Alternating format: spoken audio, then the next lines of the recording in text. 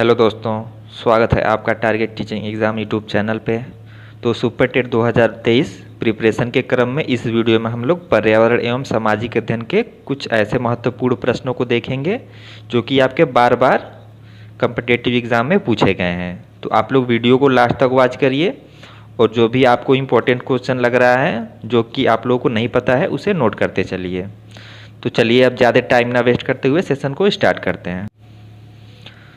तो ईवीएस का पहला क्वेश्चन दिया है, विभिन्न क्रमों के उत्पादकों और उपभोक्ताओं के बीच संबंध को क्या कहा जाता है? आहार श्रृंखला, आहार जाल, आहार चक्र या फिर ऑप्शन डी BMC दोनों। तो इसका क्या करेक्ट आंसर है? तो इसका जो करेक्ट आंसर है इसे हम लोग कहते हैं आहार श्रृंखला।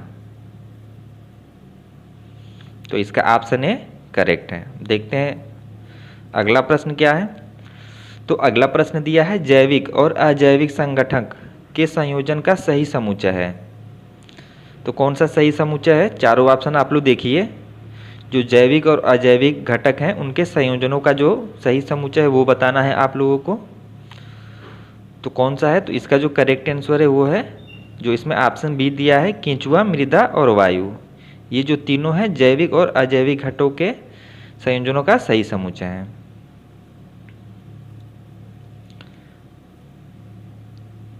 3 नंबर का प्रश्न है, निम्नलिखित में से कौन सी पर्यावरण अध्ययन की योग्यता नहीं है?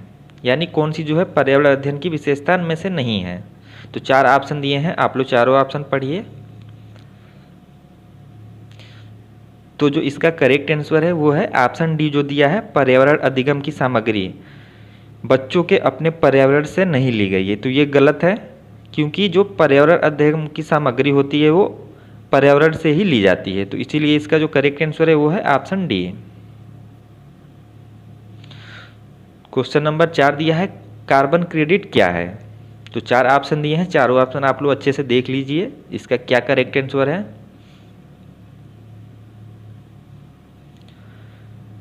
तो जो इसका करेक्ट आंसर है वो है ऑप्शन ए। यह नियत कार्बन उत्सर्जन और वास्तव में उत्सर्जित कार्बन उत्सर्जन के बीच का अंतर है। और कार्बन क्रेडिट की संकल्पना जो है वो कब आई थी? तो ये 1997 में क्योटो प्रोटोकॉल जो कि जापान में हुआ था उस समय जो है कार्बन क्रेडिट की संकल्पना लाई गई थी। और इसका उद्देश्य क्या था? तो इसका उद्देश्य जो था वो था कार्बन उत्सर्जन को जो है कम करना। ईवीएस का 5 नंबर का प्रश्न दिया है, लोग अब परिवहन के अधिक निजी साधनों का उपयोग करने लगे हैं। इस गतिविधि का निम्नलिखित में से कौन सा प्रभाव होगा? हवा में विशेष पदार्थ में वृद्धि, प्राकृतिक संसाधनों में कमी, ध्वनि के स्तर में वृद्धि या ऑप्शन डी उपरोक्त सभी। तो क्या प्रभाव होगा? तो ऑप्शन डी जो दिया है ये सभी, हवा में विशेष पदार्थ में वृद्धि, प्राकृतिक संसाधनों में कमी और ध्वनि के स्तर में वृद्धि, ये तीनों जो होंगे जब परिवहन बढ़ेंगे तो इनका जो है मात्रा बढ़ेगा। 6 नंबर का प्रश्न है, 1929 कांग्रेस अधिवेशन कहाँ आयोजित किया गया था?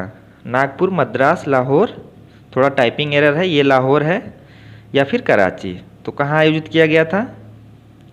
1929 कांग्रेस अधिवेशन, ये बार बार कॉम्पिटिटिव एग्जाम में पूछा गया है। तो ये आयोजित किया गया था ऑप्शन सी लाहौर में। और इसमें जो है पूर्ण स्वराज की मांग की गई थी और इसके जो अध्यक्ष थे वो थे जवाहरलाल नेहरू। देखिए कुछ महत्वपूर्ण जो कांग्रेस के अधिवेशन है जो कि बार बार विभिन्न प्रतियोगी परीक्षाओं में पूछे गए हैं उसे मैं आप लोगों को बता दे रहा हूँ। देखिए 1885 जो कांग्रेस का प्रथम अधिवेशन था, इसके अध्यक्ष कौन थे? तो इसके अध्यक्ष थे व्योमेश चंद्र बनर्जी। फिर उसके बाद से 1907 में कहाँ हुआ था? तो ये हुआ था सूरत में और इसके अध्यक्ष कौन थे? तो रास बिहारी बोस। और इसी अधिवेशन में जो है कांग्रेस गरम और नरम दल में विभाजित हो गई थी। फिर इसके बाद 1916 में बहुत बार पूछा गया है एग्जाम में कि ये जो अधिवेशन है वो कहाँ हुआ था? तो ये हुआ था लखनऊ में और इसके अध्यक्ष कौन थे? तो वो थे AC मजूमदार। और 1916 के अधिवेशन में जो है कांग्रेस का विलय हुआ था और मुस्लिम लीग के साथ एक समझौता हुआ था। फिर इसके बाद एक क्वेश्चन बार बार परीक्षाओं में पूछा गया है कि भारतीय राष्ट्रीय कांग्रेस के प्रथम महिला अध्यक्ष, तो वो कौन थी? तो इसका जो सही उत्तर है तो वो एनी बेसेंट, जो कि 1917 में बनी थी। एनी बेसेंट भारतीय राष्ट्रीय कांग्रेस की प्रथम महिला अध्यक्ष। एनी बेसेंट जो है वो भारतीय राष्ट्रीय कांग्रेस की प्रथम महिला अध्यक्ष हैं। और अगर यही क्वेश्चन पूछ ले कि प्रथम भारतीय महिला अध्यक्ष कौन बनी थी सर्वप्रथम बार भारतीय राष्ट्रीय कांग्रेस की, तो वो बनी थी सरोजनी नायडू। कब बनी थी? तो वो बनी थी 1925 में। कौन से अधिवेशन में? तो वो कानपुर के अधिवेशन में। तो ये कुछ इम्पोर्टेंट जो अधिवेशन है वो आप लोग ध्यान में रखिए। अब देखते हैं अगला प्रश्न। तो 7 नंबर का प्रश्न है, आपको मिलान करना है। पूना सार्वजनिक सभा दिया है भारतीय संघ, मद्रास महाजन सभा, बॉम्बे प्रेसिडेंसी एसोसिएशन। तो आप लोग मिलान करिए कि ये जो जितने भी सभा और एसोसिएशन और संघ दिए हुए हैं इनकी स्थापना किन्होंने की थी। तो जो ऑप्शन ए में दिया है पूना सार्वजनिक सभा, तो इसकी स्थापना किसने की थी? तो वो की थी एमजी रनाडे, महादेव गोविंद रनाडे जी ने। और भारतीय संघ जो दिया है इसकी स्थापना किन्होंने की थी? तो ए का हो गया 3। और भारतीय संघ की स्थापना किसने की थी? तो ये की थी सुरेंद्रनाथ बनर्जी ने। तो बी का हो गया 4। तो ऑप्शन में आप लोग देखिए A3 B4 कहाँ है? तो देखिए यहाँ पे जो है ए का 3 और बी का 4 है। तो इसका सही उत्तर है ऑप्शन बी। और सी का भी आप लोग मिला लीजिए, मद्रास महाजन सभा, इसकी स्थापना किन्होंने की थी? तो वी राघवाचारी जी ने।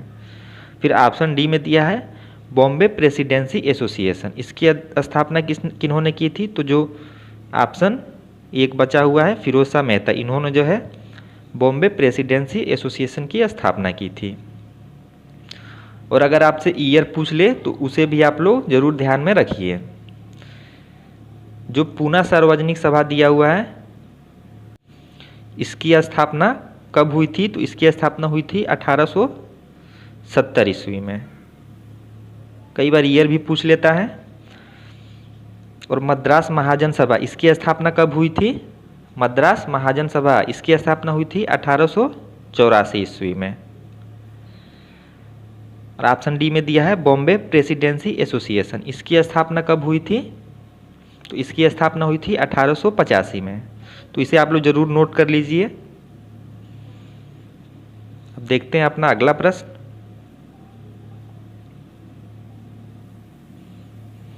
तो 8 नंबर का प्रश्न है, सम्राट अशोक निम्नलिखित मौर्य शासकों में से किसका पुत्र था?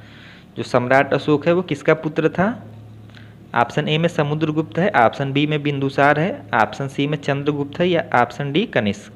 तो अशोक मौर्य शासकों में से किसका पुत्र था? तो इसका जो राइट आंसर है ऑप्शन बी, यह बिंदुसार का पुत्र था। और कई बार क्वेश्चन पूछा जाता है कि मौर्य वंश का संस्थापक कौन था? तो वो था चंद्रगुप्त मौर्य। जो मौर्य वंश का संस्थापक था वो था चंद्रगुप्त मौर्य। और कई बार क्वेश्चन पूछा जाता है कि हर्यक वंश का संस्थापक कौन था? तो वो था जो ऑप्शन बी में बिंदुसार दिया है, ये हर्यक वंश का संस्थापक था। और जो ऑप्शन ए में समुद्रगुप्त दिया है इसे हम लोग भारत का नेपोलियन भी कहते हैं, बार बार परीक्षाओं में पूछा गया है।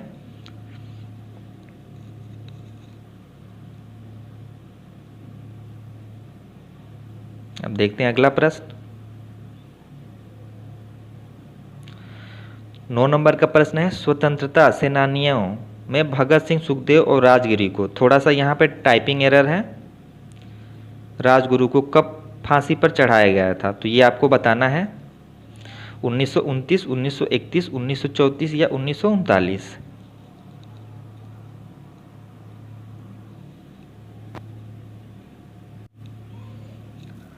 तो इसका जो करेक्ट आंसर है वो है ऑप्शन बी 1931 में। 23 मार्च 1931 को जो है भगत सिंह, सुखदेव और राजगुरु को जो है फांसी दिया गया था। क्यों दिया गया था? तो क्योंकि इन्होंने जो है 1928 में एक ब्रिटिश पुलिस अधिकारी जॉन सैंडर्स की हत्या की थी और 1929 में जो है केंद्रीय विधानसभा में जो है वो बम गिराया था। तो इसे भी आप लोग नोट करते चलिए। अब देखते हैं आज का अपना 10 नंबर का प्रश्न क्या है। तो 10 नंबर का प्रश्न है, भाखड़ा बांध किस नदी पर बना है? रावी, चिनाब, सतलज या फिर झेलम? तो इसका जो राइट आंसर है वो है ऑप्शन सी, यह बना है सतलज नदी पे। और कई बार परीक्षाओं में पूछा गया है चिनाब नदी पे कौन सा बांध बंधा हुआ है। तो 3 जो फेमस बांध हैं, सलाला, बगलिहार और दुलहस्ती, ये जो तीनों बांध हैं वो चिनाब नदी पे हैं। तो इसे भी आप लोग ध्यान में रखिए। क्वेश्चन 11 है, भारतीय राष्ट्रीय कांग्रेस के किस अधिवेशन में वंदे मातरम पहली बार गाया गया था? 1896, 1899, 1898 या फिर 1897? तो इसका जो राइट आंसर है ये गया था सबसे पहली बार 1896 के अधिवेशन में। और इसकी अध्यक्षता किन्होंने की थी? तो वो की थी रहमतुल्लाह सियानी। देखते हैं 12 नंबर का प्रश्न। तो 12 नंबर का प्रश्न है, सर सैयद अहमद खान ने निम्नलिखित में से किस संगठन की स्थापना की थी? तो 4 ऑप्शन दिए हैं, आप लोग चारों ऑप्शन पढ़िए। तो जो इसका राइट आंसर है वो है option C, Akhil Bharatiya Mohammedan शैक्षिक सम्मेलन। और इन्होंने जो है अलीगढ़ मुस्लिम विश्वविद्यालय की स्थापना भी की थी।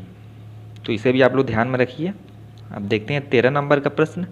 तो 13 नंबर का प्रश्न है, कौन सा इस्पात संयंत्र भारत की स्वतंत्रता से पहले स्थापित किया गया था? ऑप्शन में दिया है जमशेदपुर, राउरकेला, भिलाई या बोकारो। तो इसका जो राइट आंसर है ये है ऑप्शन ए, जमशेदपुर जो इस्पात संयंत्र है यह भारत की स्वतंत्रता से पहले स्थापित किया गया था। और कब स्थापित किया गया था? तो 1907 ईस्वी में। और राउरकेला इस्पात संयंत्र यह किसकी सहायता से, कई बार परीक्षाओं में पूछा गया है, स्थापित किया गया था? तो ये जर्मनी की सहायता से। और ये कहाँ पे है राउरकेला? तो ये उड़ीसा में है। और भिलाई और बोकारो ये दोनों जो हैं ये रसिया की सहायता से स्थापित किए गए थे। भिलाई जो है ये छत्तीसगढ़ में है, भिलाई आपका छत्तीसगढ़ में है। और बोकारो जो है वो झारखंड में है, बोकारो झारखंड में है।